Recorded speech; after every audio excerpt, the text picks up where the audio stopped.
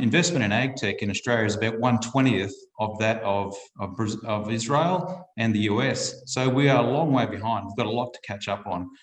Have you wondered about the complexities a farmer comes across when deciding what's best for their crops?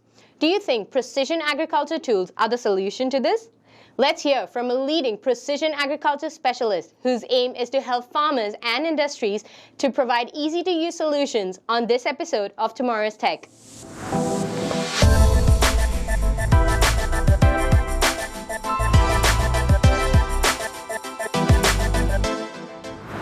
I'm Ananya Dhyani, joined today by Tim Neale, Managing Director of DataFarming, a Toowoomba-based agtech company with an aim to help farmers, agronomists, and industries derive measurable value from spatial data and precision agriculture tools. Welcome, Tim. Yeah, g'day. Thank you for having me. Let's look into data farming. We've seen a lot of platforms with satellite imagery, drone imagery, all that sort of stuff. And data farming appears to be a very simple to use platform. We can save some time without having a whole lot of complicated steps to actually access it. The data farming platform is about turning something that is boutique to mainstream. So it enables agronomists to take that data and to be able to use it and apply it back to their farmers. We've got a network of 32 agronomists, and I can see very real value in them in terms of using it as a tool to save them some time in the field. Simply because it's so accessible and so easy, it'll allow them to identify areas of the field that they need to target with crop scouting a lot more easily and save a lot of time wandering around the field. Tim, it is often assumed that professional and technical jobs can only be found in the urban cities of Australia. In saying that, how do you retain and inspire your staff at DataFarming to work in the regional parts of Queensland? Well, I think it's a lifestyle thing. It's a lot better lifestyle for families, and also, I guess, a lot less traffic compared to Sydney and Melbourne and Brisbane. So I think they're the big attractions. Also, the lower cost of living and housing. Certainly, we've seen the prices skyrocketing recently. I think the other great advantage is that recently the Toowoomba has developed an ag tech hub, which means that like-minded technology and IT people will be able to sort of share experiences in a sort of hub setting, which is quite different and quite new for the region. So I think that'll be a big attraction. Absolutely, Tim. I'm sure regional entrepreneurs somewhere are taking notes.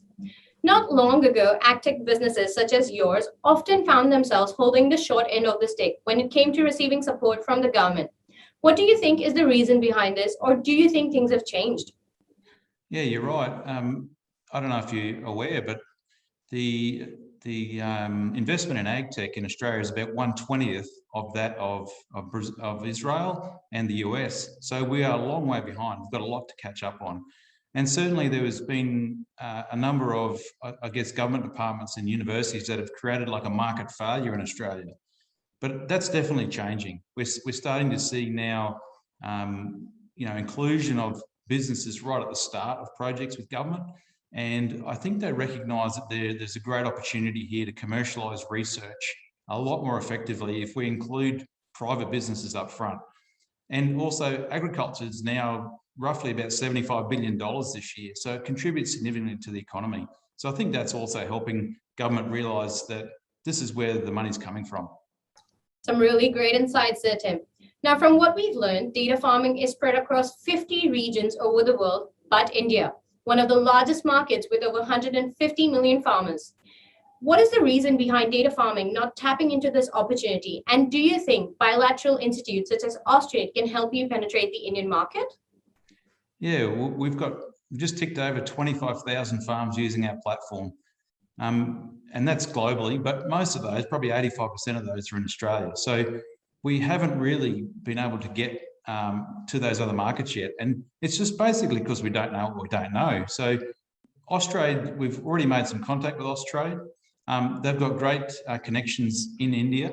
And we think there's a great future for our products in India because essentially any smallholder farmer with a smartphone and an internet connection can get access to free real-time satellite imagery through our platform. So there's great opportunities there. We just got to work out how to get to that market.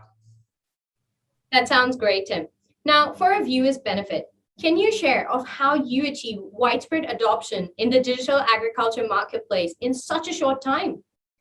Yeah, like I said, we've reached more than 30% of the industry in less than 4 years, which is an incredible achievement for any sort of ag tech, because typically farmers were seen as sort of fairly slow technology adopters. But what we've learned, it's really been the fault of the technology companies that haven't delivered really simple and easy to use platforms off the shelf. So the way we've been able to achieve this is to reduce the barriers to entry and make the platform very simple and intuitive to use. It also delivers instant value, and I think that's really important. People have to be able to get value straight away, and that's what we've been able to do. So I think those things are really important. In an industry too, you've got to be able to immerse yourself in the industry. You've got to really understand it. And I think that's another important factor that we've had, along with social media. I'm just amazed how much social media has contributed to our success. So I think that's a great sign of the times. Those are some really great insights, Tim. And thank you for joining us on the show today. Thanks for having me. Appreciate it. Hey viewers, if you want to keep listening into our conversation with exceptional thought leaders, then stay tuned weekly across Tomorrow's Tech LinkedIn, Facebook, and Instagram channels. Want to engage with us? Let us know in the comments below of how you think data farming can succeed in the Indian marketplace. We look forward to hearing from you. Thanks for watching, and see you on the next episode of Tomorrow's Tech.